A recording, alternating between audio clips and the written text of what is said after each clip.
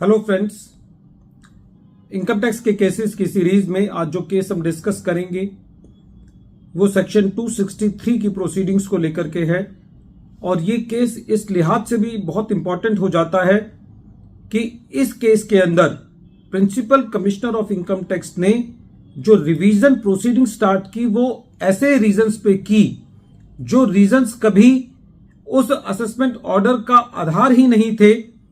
जिसके बेसिस पर सेक्शन 147 की असेसमेंट की गई। और जिन पॉइंट्स पे रिवीजन किया गया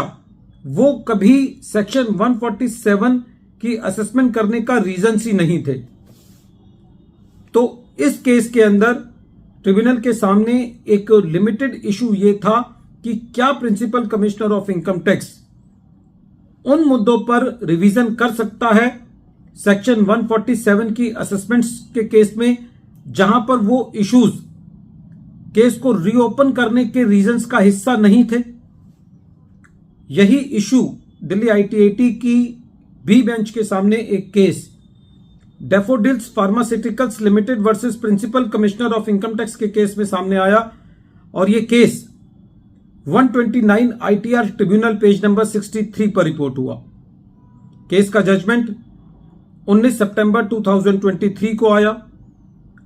यदि हम सेक्शन 263 के प्रोविजंस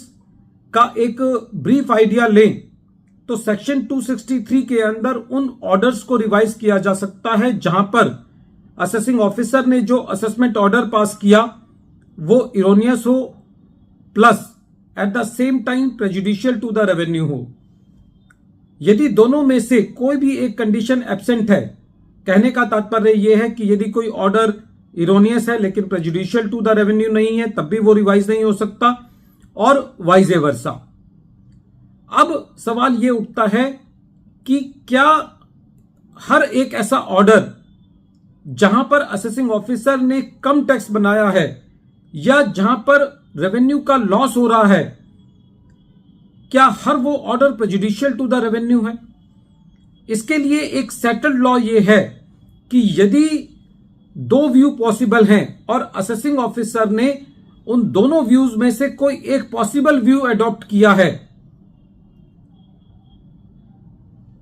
और उस व्यू के लेने की वजह से कोई रेवेन्यू का लॉस होता है, तो खाली इस वजह से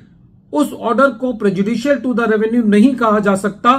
जब तक कि जो व्यू असेसिंग ऑफिसर ने लिया है वो लॉ के अंदर सस्टेनेबल ना हो। कहने का मतलब यह है कि यदि दो व्यूज पॉसिबल हैं और दोनों व्यूज लॉ में सस्टेनेबल हैं या डिबेटेबल हैं तो उस केस के अंदर खाली इस वजह से उस ऑर्डर को प्रेजुडिशियल टू द रेवेन्यू नहीं माना जाना चाहिए जहां कि वो ऑर्डर पास करने से रेवेन्यू का कोई लॉस हुआ है। प्रेजेंट केस के अंदर जिन मुद्दों पर केस रीओपन किया गया उस मुद्दों पर असेसिंग ऑफिसर ने उन रीजंस को एक्सेप्ट किया और एक ऐसा ऑर्डर पास किया जिसमें कोई एडिशन नहीं किया। बाद में principal commissioner of income tax का यह कहना था कि असेसिंग ऑफिसर ने दो हाई कोर्ट के जजमेंट्स को कंसीडर नहीं किया जिनकी बियरिंग असेसी की असेसमेंट पे थी। असेसी ने इस रिवीजन को चैलेंज किया और जब यह मैटर ट्रिब्यूनल ने सुना तो ट्रिब्यूनल का यह कहना था कि जो प्रेजेंट केस के अंदर principal commissioner of income tax उन मैटर्स में इंक्वायरी करना चाहता है जो कि कभी भी सेक्शन 147 के असेसमेंट का पार्ट नहीं थे। ट्रिब्यूनल का यह कहना था कि जब कभी भी असेसमेंट रीओपन की जाती है तो यूजुअली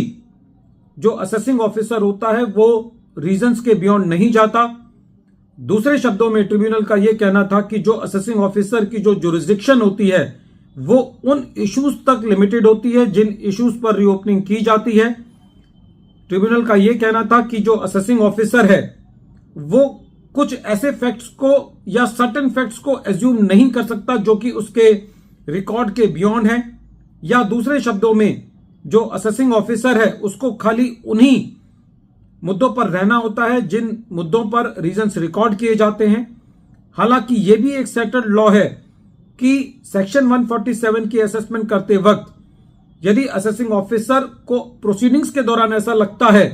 कि कोई और मुद्दे पर भी इनकम एस्केप हुई है तो वो उसको कर सकता है, लेकिन वो तभी संभव है जब ओरिजिनल मुद्दा सस्टेन करता है।